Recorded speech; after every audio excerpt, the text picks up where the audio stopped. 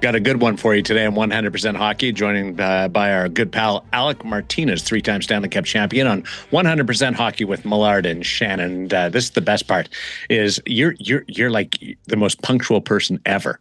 No, and I'm I not, had to actually. phone you to get you on today. Yeah, I know. So I'm going to dive into this and swim around in the deep end all day long. I was ready to walk the dog. I was, I had my shoes on, and the leash was going, and we were, and then you couldn't figure out why I was calling you. You never call, and you're like, "Hello." Yeah. You thought I was butt dialing you, didn't you? No, I figured that I hadn't sent the link to Alec, and and that you were going to give me shit, and I sent the link last night within about 2 minutes of. I know. And then you're calling me. What are you doing? It's an hour before you call. You're not up that early. Then I turned and looked at the clock, and it said it's airtime. So I was in space mode for an hour this morning. It's like sometimes the fish just jump in the boat. Yeah, I know. And I can just imagine the conversation before I got here. And, he's late. Boy, we're going to drag him through the mud for this one. It's awful. That's terrible that you would say something like that, but unbelievably accurate. Yes. Well, I know the people that I work with. That's what I know for sure. And I'm starting to know Alec Martinez, who really, let's face it, doesn't really understand humor and laughs at the stupidest stuff ever. Okay, listen to the entire interview. We deal with some hockey stuff, but we also deal with some life stuff at the end. He has a story about the bubble during COVID that will just blow your mind. One of the greatest stories I've ever heard an athlete tell, and it is well worth sticking around for the entire conversation. It's good anyway, the discussion, but this thing is the cherry on top. Well, we'll be the judge of that, okay? I think it was good. Hey, Vegas wins. They're into the third round. Yeah. / conference final, because one was just a third round because of COVID, 5 times in 9 years. And they did it on the strength of, listen to this, a player that they acquired last summer in Mitch Marner, moved things around to bring him in. Carter Hart is their number one goaltender. That was a signing when they already had a number one goaltender. And then they made the change at coach with 8 games to go. And all 3 of those people had a big factor in getting this team to the Western Conference Final. And did it without the captain. Yes. So you put those 4 things in the hopper, and you're going, there's no way that if those things don't occur, that this team gets to the third round. Now, there will be people that will say, well, it's the Pacific Division and it's not near as competitive, but what has happened now is, and will happen, is that John Tortorella will have a team prepared to play the Colorado Avalanche on Wednesday night, and I suspect it's going to be a long, hard slugfest series. The veteran presence that exists on Vegas will give a really good challenge to Colorado. I don't think there's any question the Avalanche will be favored, but at the same time, it's not 100% guaranteed that the Avalanche will win. It's just not. That's just not the way hockey's played, and you have to like some of the opportunities that the Golden Knights will have when they play Colorado. So why is Mitch Marner leading the Stanley Cup playoffs in points and into the third round for the first time? Well, I'll give you the players' answers because he got more goals and assists than anybody. But and that's his answer. He's playing this very flat line. Well, first of all, he's an elite player. He's always been an elite player, Daren. But it's also, based on team results. When you play 21 minutes a game like Mitch does, there are 39 minutes you don't play and you're not responsible for. And that was the case in Toronto. And, was he perfect in his time in Toronto? No, he was far from perfect. But the spotlight wasn't on him. The chemistry that existed, or lack of chemistry that existed in Toronto, appears not to be an issue in Vegas. Mitch Marner's always had the talent. Make no mistake about it. Mitch Marner's always had the talent. The other thing that, and I'm sure in the market has got a lot of attention, but the return of William Karlsson makes a huge difference. Yeah. Moving Marner back to the wing and having Karlsson play the center. I mean, when you think about how much time, 14 games in the regular season Karlsson played before he got injured? Yeah, he missed 6 months.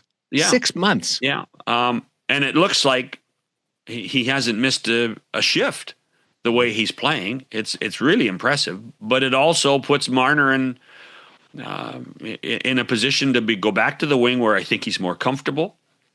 And the other thing is John Tortorella, and I think Bruce beforehand, but John Tortorella has put Marner in a position to succeed. He's a great penalty killer. This team has 4 shorthanded goals in this playoff year. So there's lots of positives that Marner's doing and playing freely without pressure. And there is something to be said for that. So is it a bigger story in Vegas or Toronto? And I say that tongue in cheek. Yeah, I think there will always be a few voices in the Toronto market that say, well, why couldn't he play that way here? Believe me, he tried. Mm-hmm. He tried. But just a better team in Vegas, deeper team? Deeper team. Yeah. Deeper team. Because he's not even playing with Jack. So it's not like he. Well, you don't need to play with Jack. Yeah. I mean, if you can have Jack, and I'm not sure. And it felt like he always had to play with Austin. Like that was the way Toronto was going to win. Yeah, but again, and here's the other thing, and I don't want this to blow up, but players play and coaches coach, and that's what happens in Vegas. Players play, coaches coach. I'm not sure at times that was the case in Toronto. I think that there was a lot of things that happened that the players wanted that there wasn't enough pushback on by coaching staffs, and you know what I think that so the players were. I think the players were had a louder voice at times, at key times. It's like hosts trying to produce. Or producers trying to host. We got a little bit of both on this podcast, don't we? Absolutely. Now we just need to find a defenseman. 15-4-1. That's the win-loss number for John Tortorella in his 20 games as coach of the Vegas Golden Knights. Yeah. He's coached more playoff games than he has regular season games, and he's 15-4-1 combined. Well, and why don't I just give out Carter Hart's numbers too? Because I think there's a lot that very similar because they started the same. Carter Hart returned, and so is it possible that with having better goaltending that Bruce Cassidy could have done the same thing? It's possible. Mm-hmm. It's possible, but we'll never know. We'll never know now. Maybe we'll go down that path. I don't know where we'll go with Alec Martinez, but I do know that we'll put John Shannon on blast. Yeah, well, that's the guarantee. Every once in a while, a guy makes a mistake. Well, and because I've got my buddy with me, I can double down on it because I know I've got support from him. Yeah, well. I get used to it. It's lonely at the top. And one of the greatest stories you're going to hear from hockey on the way with Alec Martinez, 3-time Stanley Cup champion, joining us with Millard and Shannon on 100% Hockey. Face Off Inside the NHL returns, taking you deeper behind the scenes than ever before. See it all from the star-studded Four Nations Face Off tournament. Us against the world, boys. To the adrenaline of the Stanley Cup Playoffs. I'm scared of you guys. With candid interviews and backstage access, experience the sacrifice, the rivalries, and the determination that define NHL greatness. Just when I thought last year couldn't be topped, here we are. A new season of Face Off Inside the NHL. Watch now only on Prime Video. We're back with Alec Martinez on 100% Hockey with Millard and Shannon. So you'd love this AM Rewind. It's great the way you've been dissecting goals and really breaking it down. People have really taken to it. How long is it going to take you to get into the Mitch Marner goal in the elimination game that bounced Anaheim last night and that beauty early on in the game? I already cut that goal this morning. You did? Yeah. And I'm debating on whether I want to do his whole game or, like shorter snippets of his whole game or just that. Wasn't the pass on the shorthanded goal just as impressive? Yeah, that's where my dilemma lies. Yeah. I don't know. He just has this, like he can anticipate the flow of a game and plays. Like his anticipation of not just like where the puck's going, because a lot of the time he has it, but his anticipation of how something's going to develop is really, really fun to watch. And I think it was, they might have mentioned it on the broadcast too, but like that goal was very similar to the shorty that they had earlier in the series, where he was methodical, slowed things down, entering the zone, knew that they were maybe trying to get a change. It was the McNabb changeup goal. Mm-hmm. He just draws people to him. Like I've said on those breakdowns a ton, like these top guys, I've talked about it with like Eichel, and they just draw attention. And it's really easy to get puck watching if you're one of those, obviously you have to keep an eye on him and be aware of him. But if you're one of those 2, 3, 4, other skaters off the puck, it's real easy to be mesmerized by that and keep an eye on it. And then the play is just developing behind you and guys are getting open. So I don't know, all the good players, and obviously in that particular case, Marner has that where he just draws that attention and then it opens up opportunity elsewhere. And then, you put, I think it was Killorn, a forward in an unorthodox spot for him, defending a rush. I don't think any forward would want to do that in the same way that as a defenseman, I never want to be on the half wall on a breakout. It's like, get it. Like I get it. And it's just like off the glass, like get it out of here. Like I want no part of this. So, but yeah, he's absolutely on fire, but it's, and I know Torts has said it a little bit too, but his play with the puck is obvious. Everyone knows how good he is with it. He showed that last night. He showed that throughout the playoffs, but it's the little things like what I talked about before away from the puck that I think really make him, such a generational and unreal player. One of my favorite parts about Mitch is he does things differently. Like his overall game is fantastic, but if there's a bouncing puck, he like kicks at it. He doesn't do things the traditional. He doesn't go down with a glove or anything like that. He just starts wailing his feet at it. It's funny to watch him. Yeah, it's like sometimes he's playing soccer out there. Yes, like he'll use any part of his body to put him at an advantage. Yeah, it's funny that you say that about his feet too, because you see him. He's like doing his edge work and warm ups, and he's like doing those twirls and all that stuff, And someone might look at that and be like, well, like what's he doing here? But it's actually like the edge work that he has and the way that he utilizes it. I noticed it. There was a really, really subtle play. Now that I talk about that, maybe I have to clip it, but I think it was on an entry, not last night's game, but the game prior.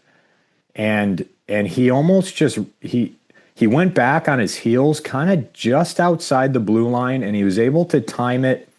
Can't remember if it was a power play entry or not. He ended up kicking it out to the outside to speed. But what he did, he used his edges and he kind of rode his heels. He bought himself a little bit of time and space just inside the blue line, but was able to time it properly so it wasn't offside. Like it was just this very little thing, and it kind of like made me sit up in my chair a little bit, so much so that I texted one of my buddies about it. But yeah, he's just, he's a special player for a lot of different reasons. Is it too simple to suggest that Brett Howden has taken full advantage of being with Mitch Marner? I mean, I would say so. I was texting Daren last night and it said, we said it on the broadcast a couple weeks ago, but name a better duo. I'll wait. Yeah. And he tried to tell me it was my wife and I, but I don't think my wife and I have 7 or 8 goals in the Stanley Cup playoffs right now. Or is it 9 now? Does Howden have 9? He's 8. He's 8. Dorofeev is 9. Yeah, Doro is 9. Well, between you and your wife, you have one Stanley Cup winning goal. Yeah, that is very true, but it's not nearly as cool as anything that she's ever done. But Brett's learned and figured out how to play with Mitch, which can be challenging. That's kind of my point in all this is that. Why did you just say that then? Because I'm trying to get that out of our guest. Oh. You try. Is this a test? Well, you try everything. Hey, listen, when you're with Millard, everything's a test. I mean, yeah, trust me, I work with him on a regular basis. I'm very aware of this fact. Well, when he gives you yeses and no, that's not the right answer. Then you know you're in trouble. Yeah, and then he just gets all quiet and doesn't say anything, and it's weird, just uncomfortable. So awkward. It's like you disappointed your dad. It's not. I'm not mad. I'm just disappointed. Yeah, that's what it's like. It's actually nothing like that, but I like giving him a hard time.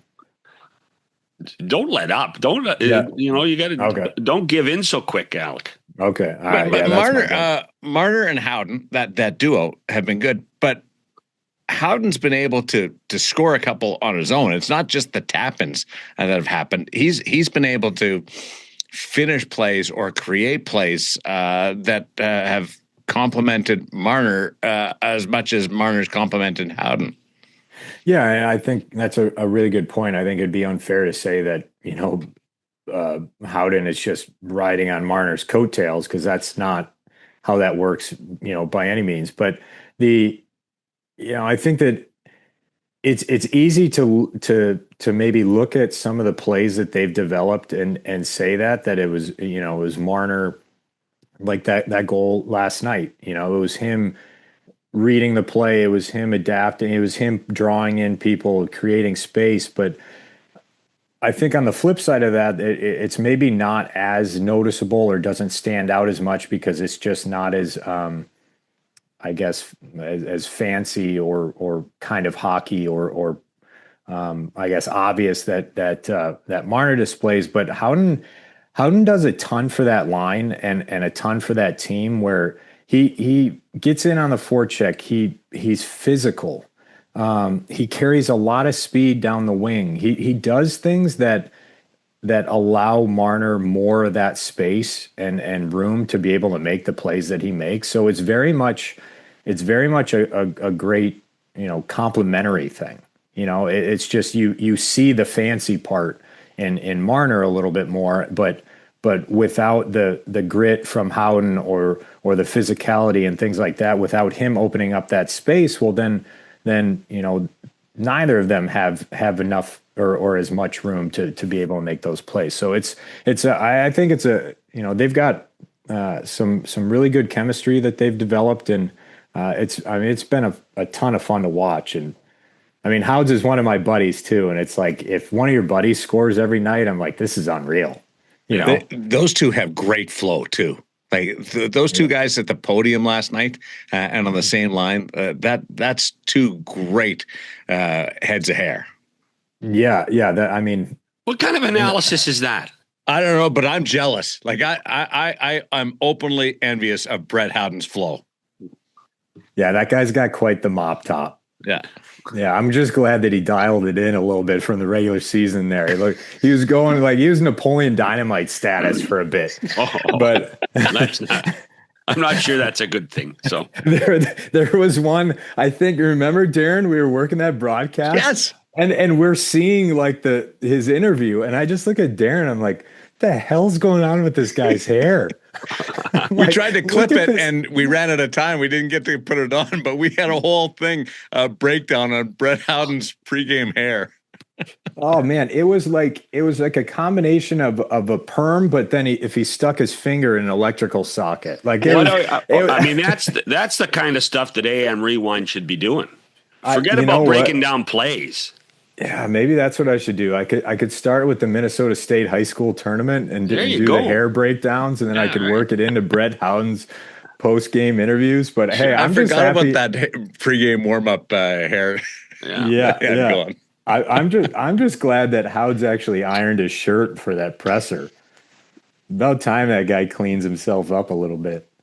So, what is today like? You're halfway through the journey to a Stanley Cup. You have won another series. You've won it in 6 games. You fly home, and it's obviously going to be an off day today. What's going through your mind? Are you just trying to escape?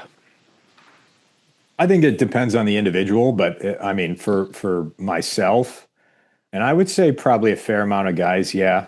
You want, it's the old adage where we enjoy this tonight, but then tomorrow it's back to work. And I think that, if you got an off day, yeah, you can enjoy it a little bit. I mean, this isn't baseball. Guys aren't popping champagne with ski goggles on. So I think that I'm sure it was obviously a great vibe in the room and a really fun plane ride home. But then it's, you get home, you spend some time with your family. At least myself, playoffs are just such a revved up emotional environment. And it's one of those things where I've always said that I don't think that you really realize it until you're no longer in it. Right. I think that there's almost this come down moment once it's all over, and then you realized how stressful and fun at the same time, but just emotionally revved up situation. So any opportunity that you have a gap or a day off like that, I always thought that it was really important for me to just not think about hockey, enjoy time with family. What would you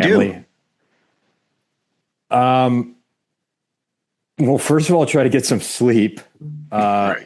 But a lot of it's different. If guys have kids, you have a fun day with your wife and kids. Go to the park. You probably are sleeping in. Maybe go to a nice breakfast or something like that. And just family time. And a lot of it was, low key. If you're a guy like Alex Pietrangelo who's got 4 kids, you're probably hitting up 3 baseball practices, 2 hockey practices, and then, games in between that. But so it's a little bit different, but I think the important part, and I think, Torts has mentioned this a little bit and all the coaches, it's important to get away from the rink, right. And sometimes just the simple act of just not being there is refreshing in a way. And you can utilize that because, if you're all hockey all the time, if you're 100% hockey, there you go, all the time in the playoffs, it's just like anything. You need a break of some sort. Your brain needs that, and it's good for you mentally because then when you do go back to the rink the following morning, it is back to work. It's time to start focusing on Colorado. I'm sure they'll start looking at video. They get the schedule of the games, and it's back to work. It's tape. You look at tape. John Tortorella has changed the terminology. Nobody's had more fun with this than Keegan Colasar. He's like, Torts comes in and everybody wants to call it tape now. Tape. When was the last time we looked at tape? Well, at least he's not saying look at film. Yeah, that is true. You give Keegan Colasar just a little bit and he just runs with it. Oh, that's why you can't. Yeah. It's like you just have to be so reserved around that guy because I guess I'm probably, what is it, the pot calling the kettle black right now, but you take one little thing and then you just drive this joke straight into the ground. And then it's 6 feet under and you're still going. There are jokes that 20 plus years ago in college and we're still recycling the same stuff, And, I'm going to double down on that as we continue on 100% Hockey with Alec Martinez with Millard and Shannon. With the NHL app, you can listen to every NHL game right from your phone. And with home and away broadcast feeds, you choose your way to listen. And he scores! Whether you're at work, at the gym, or stuck in traffic, the NHL app puts you right in the action all season long. Every team, every game, everywhere you go. Download the NHL app and never miss a moment. Hey, Marty. Mhm. What time's the 7 o'clock podcast start? I don't know. Evidently, it was like 7:10, 7:11, maybe. Yeah. 7-Eleven's not bad if you're looking for a Slurpee, but not if you're recording a podcast. So what's your point? What are you guys talking about? Our point is that for the first 10 minutes of the show, you were rolling like one of them taquitos at 7-Eleven. Just I could use one of those taquitos right now. Actually, at those 7-Eleven. Those things are dynamite. At 7-Eleven, I'm a hot dog guy. So Okay, yeah, fair. I'm a Slurpee guy. yeah, Colorado was criticized in their first round sweep because they weren't good enough, efficient enough, didn't blow out LA every night. And then they allowed 6 goals in one game against Minnesota and had a miraculous comeback to win it in 5. Have we seen the best of Colorado yet? And is that scary? I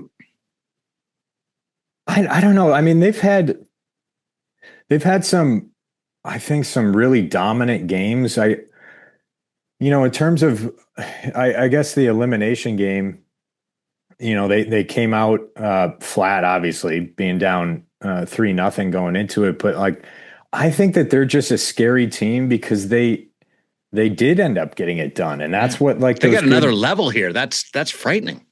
Right. And I feel like, I feel like you could kind of say the same thing about Vegas, is that, like, I've talked about this before. Playoffs are a weird thing where there's sometimes where, like, you need to get lucky a little bit too. You need to have, you have to learn to win a lot of different ways. And one of those is when you come out with a clunker and then you figure out a way to win. And that's, the team that ends up winning the whole thing, I think would have at least 1 or 2 of those probably throughout the playoffs. And like, you're sitting there at the end of the game, you're like, I don't know how we got away with that one, but I'm glad we did. And then sometimes it kind of sucks when you're on the flip side where you're like, I don't know how we lost that game. But in terms of Colorado, I don't know. I mean, I thought that the Kings played them really well. I thought that they were, about as well as the Kings could have. They were so strong defensively. First 2 games particularly. Yes. And they were so strong defensively, which obviously that can inhibit on, your chances that you generate offensively. But I don't know, this Colorado team, they're so good. And it's their depth for me. And I don't know, it seems like, I guess they had a little bit of the controversial stuff with the goalie situation this round, but you're getting production from all throughout your lineup, and their, quote unquote bottom 6 has been producing a ton. Obviously they've got, one of the best D pairings, in the world. I don't know. They're just, I think that they're a scary team. Darren's point about playing, really good hockey. The other team has a lot to say about that, though. I mean, you don't necessarily get a full 60 minutes out of a team every game now because the other team's pretty damn good too. Mm-hmm. And so Minnesota, there were times where Minnesota was the better team. Yeah, I was disappointed in that series. I wanted the gauntlet of the Central Division never presented itself in these playoffs. Minnesota got by Dallas, not easily, but it didn't go 7. We wanted that. And Minnesota wilted in 5 to Colorado. But you know what? Injuries play such a factor. When you can't play without one of your best defensemen and arguably your best center, it becomes a different team, a different personality. I mean, that's what makes the playoffs so special, is that not only are you winning, but you're winning through attrition. I mean, Alec, you've been through it. How many guys in that room last night would have had an ice bag or needed an ice bag on hold? Like 3/4 of them? Yeah, at least. I mean, so yeah. It's not like November or not like January. This is something where, I mean, I would love, Quinn Hughes has to be battered and bruised right now. I know Makar's a little hurt, but Quinn Hughes, all they did was target Quinn Hughes the whole series. Yeah, he's well, I mean, he's an incredible talent, obviously. And I think that, going into a series against Minnesota, he's probably the number one focus. Like, you want to Sure. be physical on that guy because, those hits and even just the little bumps and all that, they compound over a series. And they add up, and you start hurting, and physically you just start getting a little bit more worn down and worn down. And I'm not, I don't know what, I'm not in that room. I don't know if he was dealing with anything, but in terms of him being their best player, that's who you want to take a focus on. But you mentioned like the luck thing, or I mentioned the luck thing earlier, and you kind of touched on it there too with the injuries. And I know Colorado's missing Lehkonen and Malinsky, but on the flip side of that, with Minnesota missing Brodin and Eriksson Ek, I think, Right. Obviously Brodin, one of their top defensemen, eats a lot of minutes and is great defensively, and that's something that you need against a team like Colorado. But I think the biggest one was Eriksson Ek, because it comes down to, I mean, playoff hockey comes down to special teams and killing penalties. That's obviously huge, and then the face-off circle. And I mean, I guess Ek obviously plays all situations, but he's net front on that power play too. He's really good at screening the goalie, making those little plays. But then in the face-off circle, when that is the easiest way to gain possession, every minute or so, how many draws are there a game? Like 60-ish. That is something that I think Minnesota really missed in him, and he's one of those players that is a playoff style player, and I think that was a big blow for that club. But yeah, I mean, I would have liked just selfishly, I would have liked that to go longer, just because it's Minnesota, Colorado. I mean, this is an awesome matchup. Quinn Hughes will be eligible to sign an extension July 1st. He can go anywhere he wants if he plays it out, but that's a pretty good situation. Like an opportunity to win. Like it looks to me like a no-brainer. Yeah, I mean, I think it probably comes down to whether he wants to play with one of his brothers or not, and I know that's the easy answer, but that's probably what it is. But I think that I wouldn't be surprised, I guess, either way. He's got a great situation there. They've got a great core that he's going to have a crack at winning this thing the next, if 7 years or whatever that he would sign. He gets to play with his D partner at the Olympics that he won a gold medal with. He multiple guys, obviously, in Boldy, in a gold medal winner. They've got a goalie problem, and that's not a problem because they have two really good ones, and you think about some of the teams around the league that are always searching for that. It's like a quarterback in football, there's not a ton of them lying around, but yeah, I mean, it's a really good situation. And then you have a guy in Bill Guerin that has clearly shown that he wants to win, and he's willing to do whatever he can in terms of putting the best team out there to do so. So I think that's one thing that could be easily overlooked, is that, there's something about it as a player when you know that you're playing for an ownership group or a management group that is going to give you the best opportunity that you possibly can to take another run at this thing, to have that.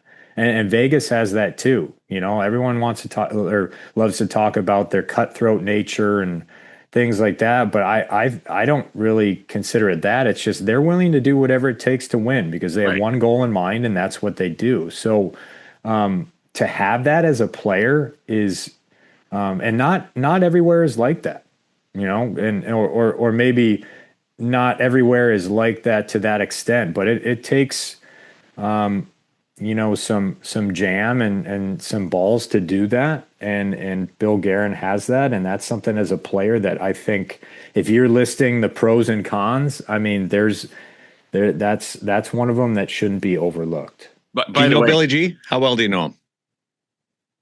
Me? Yeah. Not at all. Really? Yeah. I thought you would have crossed paths somewhere.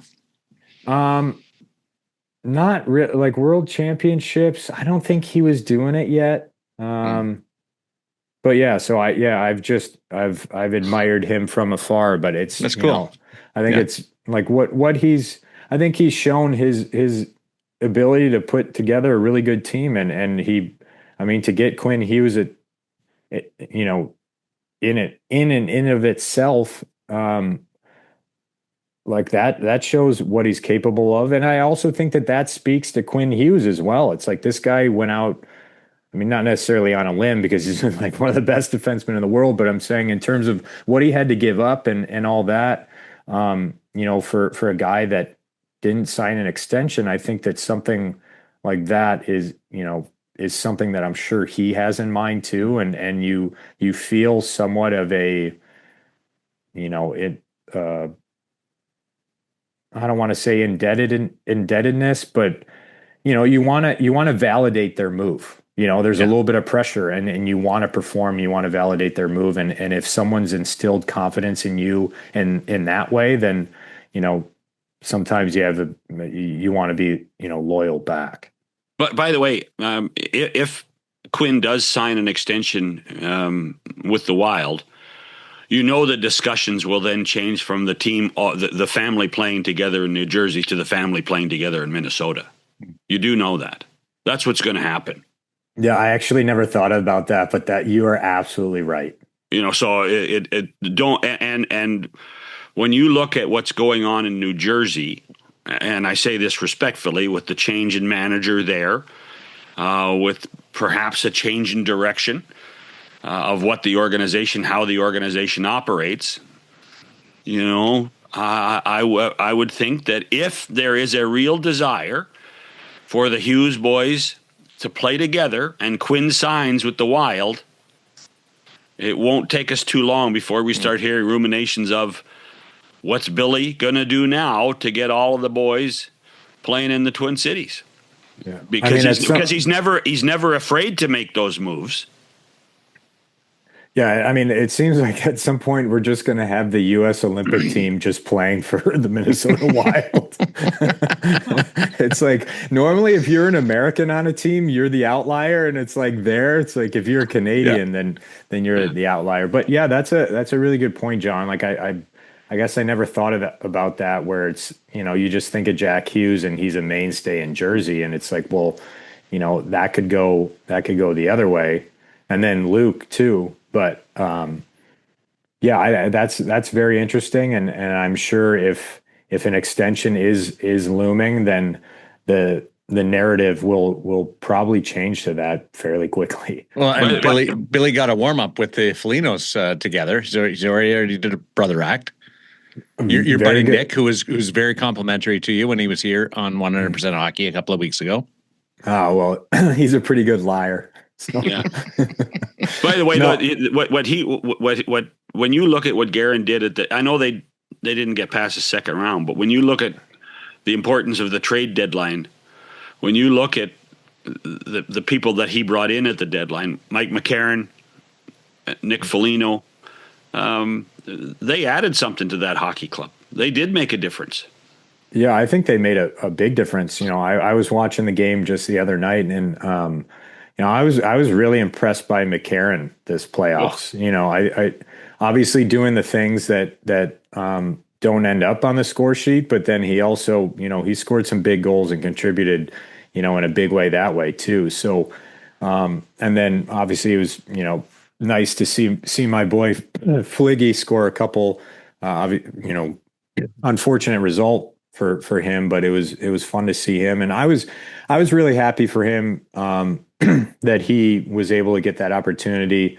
And I said it, I believe on Chicago's broadcast, that it was, kudos to Kyle Davidson too, for recognizing that and giving Nick the opportunity, one, to play meaningful hockey and play in the playoffs, but to play with his brother. I'm sure that's an experience that, he'll cherish forever. And, I talked to him a little bit throughout the playoffs. I didn't want to bug him too much, but Fliggy's he's a great dude. And, I appreciate all the nice things that he said about me, because I could say the exact same thing, but he's an unreal guy, an unreal family man, and just a great family. And they were someone that we jived with right away. Fliggy? I'd never heard him called Fliggy. Fliggy? I've never heard him called anything other than that. That goes outside the hockey nickname. Well, not really. Just to remove all the vowels, right? Yeah. Fliggy's great. John's a big nickname guy. So this added to your Rolodex, Shannon. I'll put that right up there with, Mallard.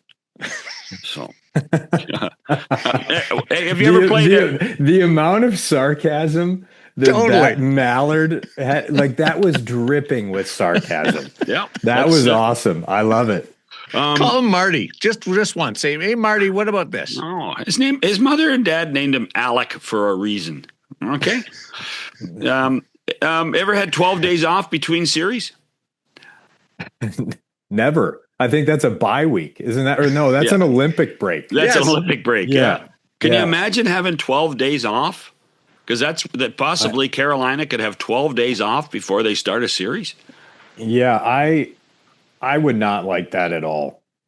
And honestly, you know who is worse for is probably Brindamore. Their staff's sitting there, I'm sure, thinking what the heck do we do?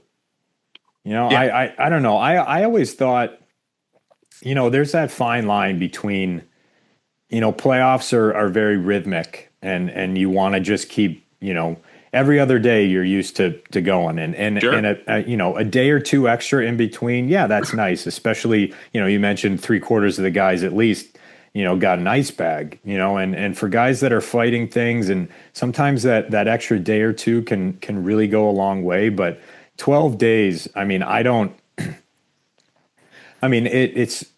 sure that they're going to do whatever they can do to make sure that they're, still, dialed in and sharp once they get playing again. But that's a tough thing to manage. And as having gone through it in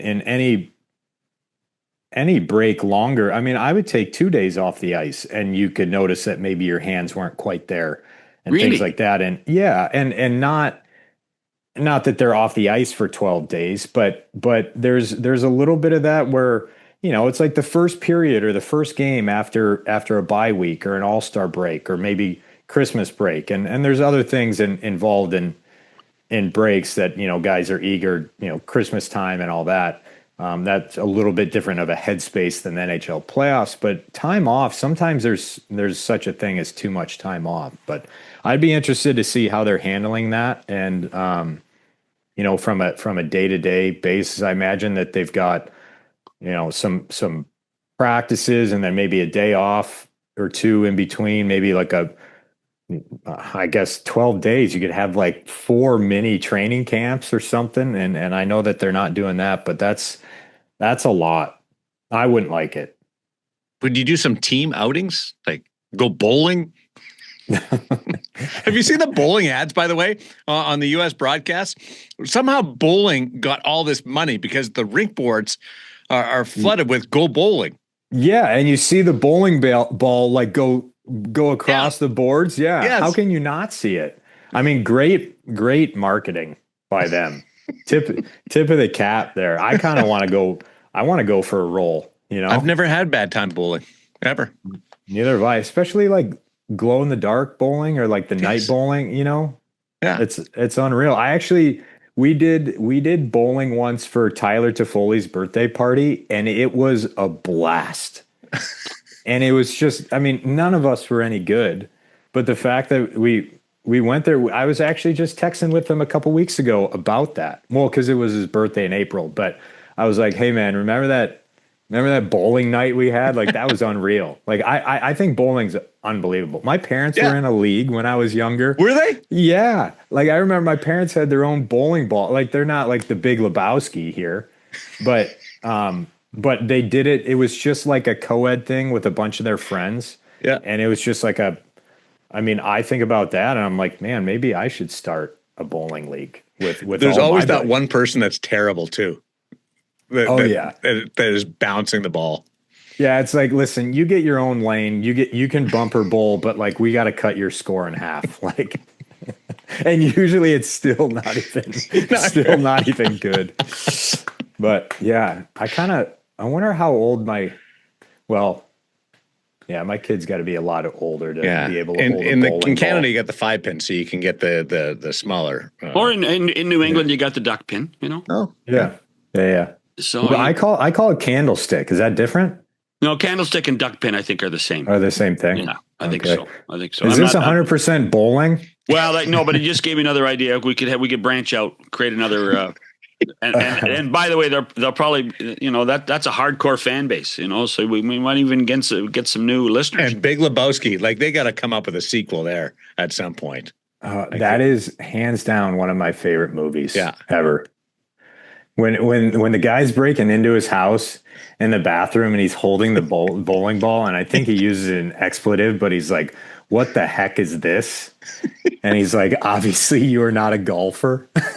Like, to me, that line is just like right up my. I must have peed my pants the first time I heard that. And then he just drops the bowling ball and it shatters his bathroom tile. Like, I love that. But That dude has a million movie lines. Go ahead, John. No, I just amazed. We've got to the point in hockey. We're talking about the science of the game and nutrition, and we're talking about analytics, and now we've dropped down to talking about going to Tyler Toffoli's birthday bowling party. Okay, what's the weirdest thing? Sometimes you really gotta dumb it down. Yeah, like I think of Daryl Sutter. Sometimes you gotta slow it down to speed it up, and it's like this is what we're doing. Hold on. Sometimes you have to slow it down to speed it up. Is that one of Daryl's lines? Yeah, I have no idea what it means, but no, that was one of the things that he had a lot of different sayings, but yeah, that was one of them. That's Yogi Berra. Yeah, that's a Yogi Berra. Sometimes you have to slow it down to speed it up. Yeah, that is good. So sometimes you got to talk about bowling to get back into hockey. Yeah. So what's the weirdest thing that you've ever done between series, or most unique thing? Do you go play a round of golf? These guys could go on a golf vacation. Carolina, even Colorado's got some time off. So what's the oddest thing? You ever go fishing? Trying to think of different activities. Yeah, I mean, trying to think like. A few of my playoff runs, like I'm thinking of Vegas, we couldn't do anything because it was COVID. Right. In the bubble, we'd hit the golf simulator sometimes or have movie night down in our little conference room that we were sequestered to during our prison sentence. You could dye your hair. What's that? You could dye your hair. Yeah. I actually tell John that story. All right, you really put me on blast, but this is funny. So I don't know whether this story is public or not. So if you're not fine with it, we don't have to put it out there. Oh, I don't care. Okay. If it's public or not. So going, like, when I was traded to Vegas, I had that year and then the following year on my contract. And, I'd played some time in Vegas, and, I really wanted to stay, and I was, what was I, 31, I think. And so it's like once you hit 30, you're like a little bit more conscious about your age and things like that. And I knew that, I was up the following year, or my contract was up the following year. So I wanted to sign an extension. At the time I wanted, I would have loved to stay in Vegas, and I didn't want them to think that I was old. So in the bubble, they had this service available where it was basically like DoorDash or Uber Eats, but it could be from various stores, Best Buy, electronics, CVS, or I guess Shoppers Drug Mart, you name it. So I ended up in the playoffs, and I Uber Eats or whatever, Amazon.ca just for men. And so I just for men my beard to get rid of my grays. So then as my playoff beard grew out, Krim and George wouldn't think that I was old and have that like knee jerk reaction if they ever discussed bringing me back for an extension. So I just did this and I didn't tell anyone. And then after the next game, my wife texts me and she goes, "What the hell did you do to your face?" And I'm like, "What are you talking about?" And she's like, "They zoomed in on the broadcast and like you turned into Wolverine overnight." Or like what happened to you? And I was like, yeah, so I just remended my beard because I didn't want Krim and George to think I was old. And she was just howling, laughing. And then I think she like did me dirty and told a bunch of the guys. So then it became a thing. But yeah, it was, I mean, that stuff works. It worked. Like no free ads, but like that stuff works. Yeah. And now it's like, I'm looking at my beard and I'm like, I should probably get that back. But I think it would be so obvious at this point. It would be like, you never trust a guy that is like a little too tightly groomed, with his beard. Really? At least that's my personal motto. Yeah. I'm with you. Yeah. I'm with you. Mind you, like it's got to have a little like taking care of yourself. There's nothing wrong with that. But when it's like so dialed in, like, I don't know. Yeah. My red flags go up. Yeah. Little too much me. Like they're a little too much about themselves when it comes to that. Yeah. Yeah. But that's 100% true story. I just fermented my beard in the playoff bubble so they didn't think I was old. Because it really, signing you to an extension had nothing to do with the way you played. It's all how you looked. Yeah, that's John. It worked. He got the extension. Yeah, but maybe he played okay. Yeah, well, maybe that, but it was mainly the beard. They saw this and they're like, "Oh man, look at this. He must be 27. Look at this guy's scruff. Like we can't not bring him back." That's right. Yeah. John, I got a couple of fun ones, but I'll save it to the end. No, you go. Go now. Okay. We talked off the top Mitch Marner's brilliance to open up Game 6. What did you like more? Marner's goal on the breakaway and going between his legs, or the Braden McNabb changeup off the pass from Mitch Marner? You're really making me decide. That was Braden McNabb practices that changeup. Yeah, like I think I have to go with my boy Nabber. Like he and I go way back, obviously, to our LA days. That I've seen him do that so many times in practice. And Daren, you mentioned like he scored on you and fooled you on that in practice. Like for him to bust that out in Game 3 of the Stanley Cup playoffs, like in the second round, is awesome. And the fact that it worked, like it is a deceiving play. And people were, reacting on Twitter and all that stuff because I had complimented him. I was actually in the building and I saw it live. I was down at the game in Anaheim. And I said something along the lines of I compared him to Greg Maddux. I'm like, well, baseball's got Greg Maddux and hockey's got Braden McNabb. Yeah. But and people were like, I think some people thought he sort of flubbed it or it was just kind of a misfire. But I was just like, no, this is very much a calculated move. And I mean, how cool is that? Like, it's not, you don't see that every day. So I think I got to go with that. But then that said, the Marner goal, the cool thing about the Marner goal is that obviously between his legs, that was probably the only way he could have put that in the net.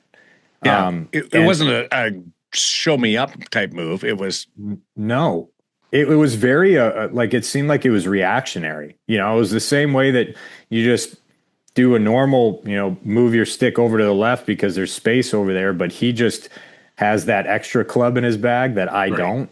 And he's able to, and I think the even more impressive thing is that, yeah, he's got the physical capabilities, but for his mind to go there in that second and that quickly and to be able to execute on that is really cool. But then I also this is classic me nerding out, but when you back it up, that pass by Carly was incredible. And that's another story that this guy's missed the time that he has and looks like he's been playing all season.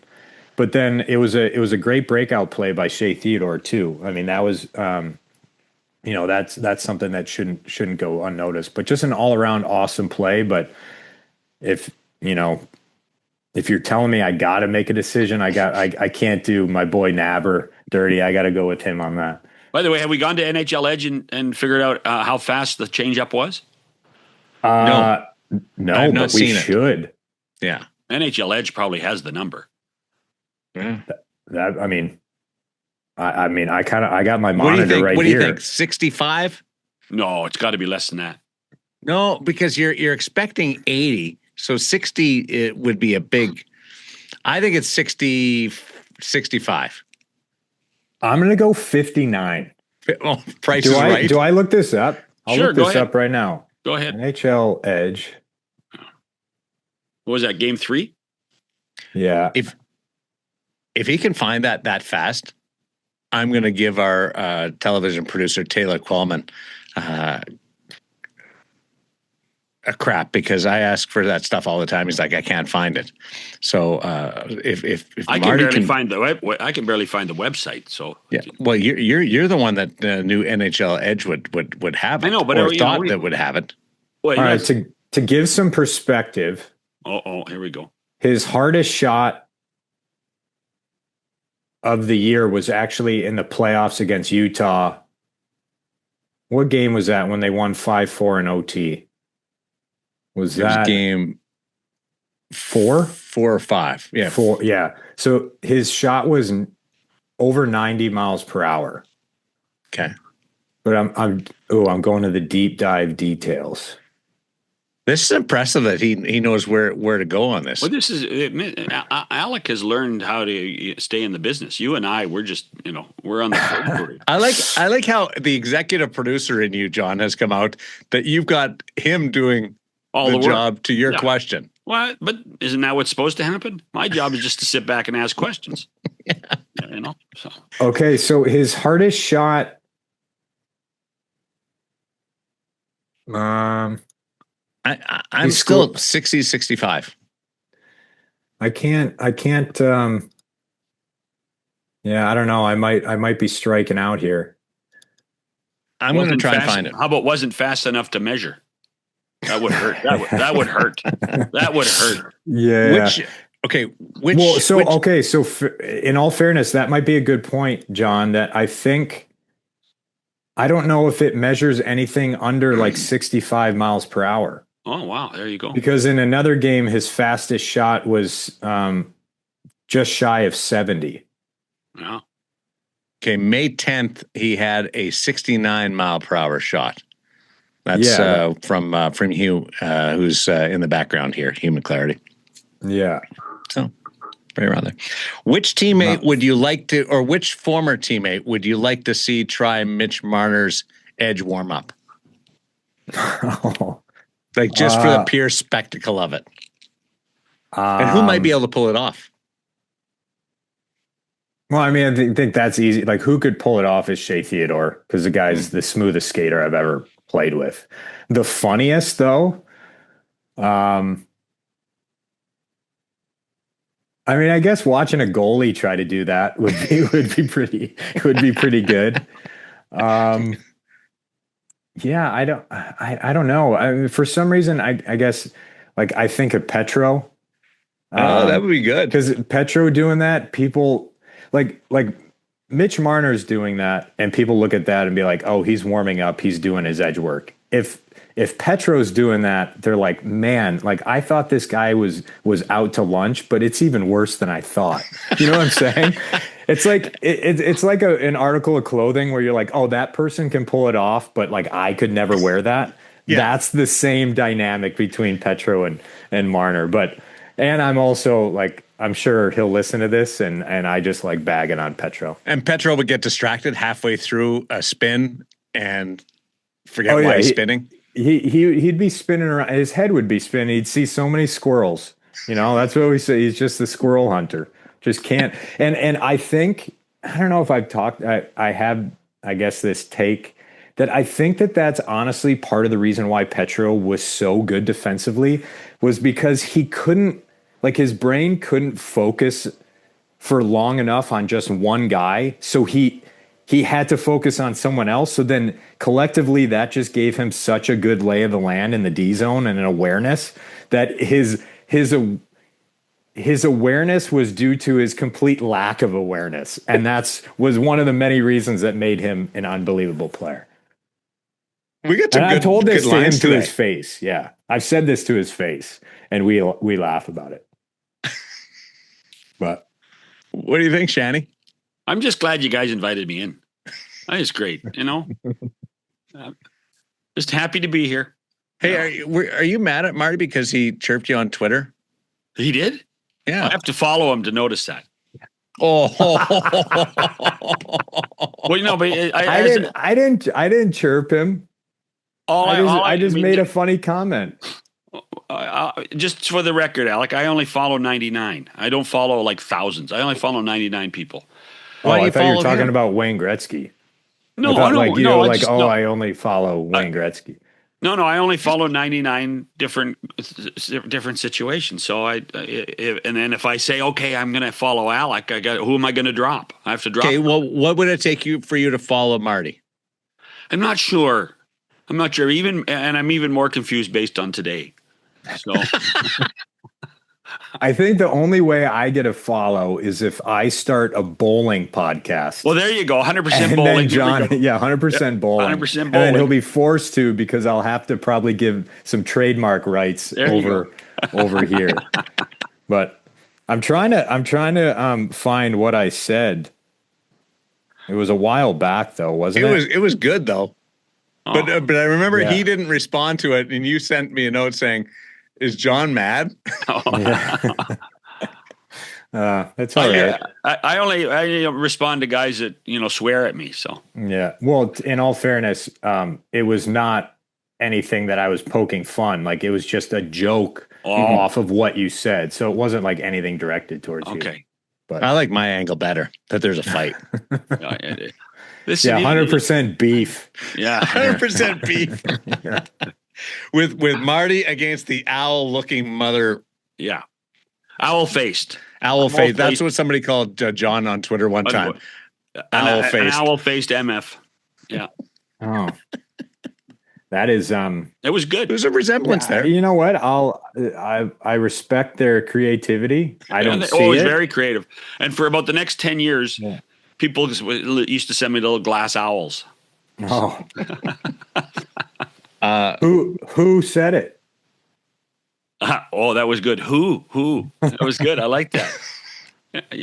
Martinez. That was so bad. I know it's awful. Is this the kind of? Hold on. Yeah. Is this the kind of shit? Is this the kind of shit you used to pull off in the room and think, and you'd be the only one laughing?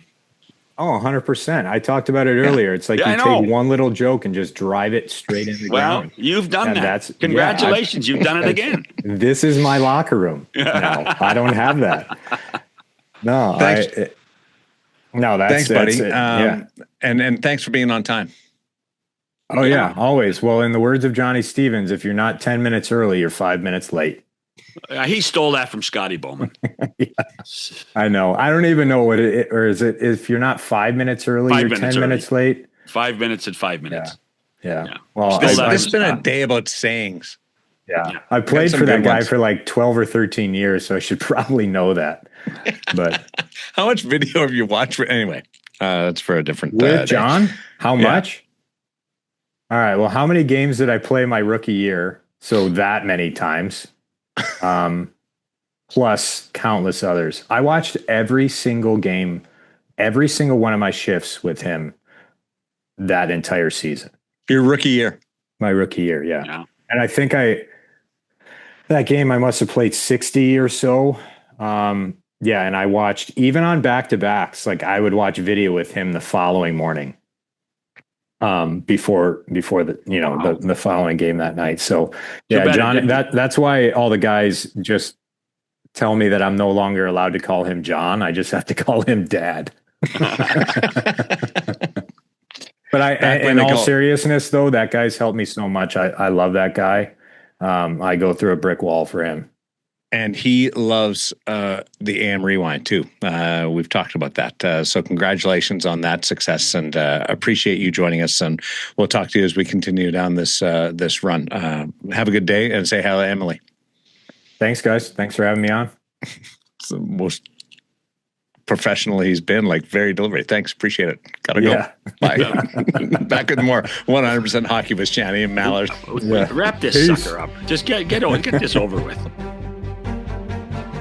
Face Off Inside the NHL returns, taking you deeper behind the scenes than ever before. See it all from the star-studded Four Nations Face Off tournament Us against the world, boys. to the adrenaline of the Stanley Cup Playoffs. I'm scared of you guys. With candid interviews and backstage access, experience the sacrifice, the rivalries, and the determination that define NHL greatness. Just when I thought last year couldn't be topped, here we are. A new season of Face Off Inside the NHL. Watch now only on Prime Video. When he talked about Petro, it's called him a squirrel hunter. Oh yeah. I know we talked about squirrel, but I've never heard it called squirrel hunter before outside of hockey players. Alec did a really good job for the last little while, just destroying all the myths about hockey players. About all the issues that we put them on pedestals, and now he's got Pietrangelo just darting all over the place, and he's got guys not knowing what to do, and I'm not kidding you, he wasn't joking.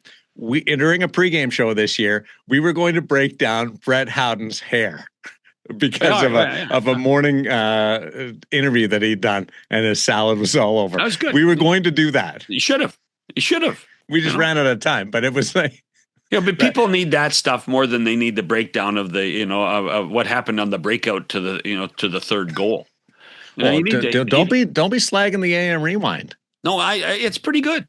It's pretty good, But you got the idea is to have fun too. You got to have a little bit of fun. By the way, just for the record, about 10 years ago, I came home from a day at Sportsnet, and sitting on the bathroom counter was a box of Grecian formula. Grecian? Yeah, Grecian formula. Just for men, same company. Oh, okay. Because I think Grecian, I think of hair the dye. Rocket. Oh yeah. Well, but just for men. It was okay, and because I had after the first year on TV, I decided to grow the beard, and it was going to come in gray. There was no question it was going to come in gray, and my wife said, "Well, maybe you should just touch it up just a little." So that was in 2011. Last year, we're cleaning out one of the closets in the bathroom. Yeah. And she said, "Are you ever going to use this?"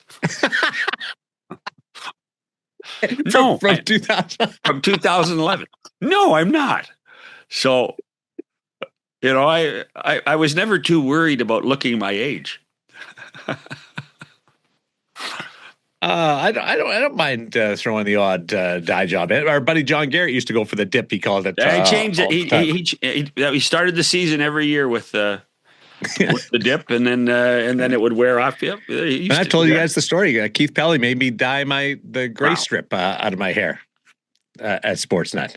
Well, and then he walked it back when we had him on. He's like, "I don't remember doing that." Yeah, right. Just one of those great decisions Keith's made. Yeah. General manager hiring and making Millard take the gray strip out of his hair. That's right. Well, you did look like the Bride of Frankenstein there. So it was fun stuff. Enjoy the Stanley Cup playoffs. The Buffalo Montreal series. Let's hope it goes 7 because that's fun to watch. And we know that at the very latest, we'll get started Wednesday, at the earliest Tuesday with the conference final. John, have a great weekend, my friend. Cheers, boys. I don't think you mean that. I do. I mean that. Really? No, but that's okay. Say Mallard. No. I've said it once in this show already, and I got the right response. Give us a thumbs up. Love to hear from you on the 100% Hockey Podcast.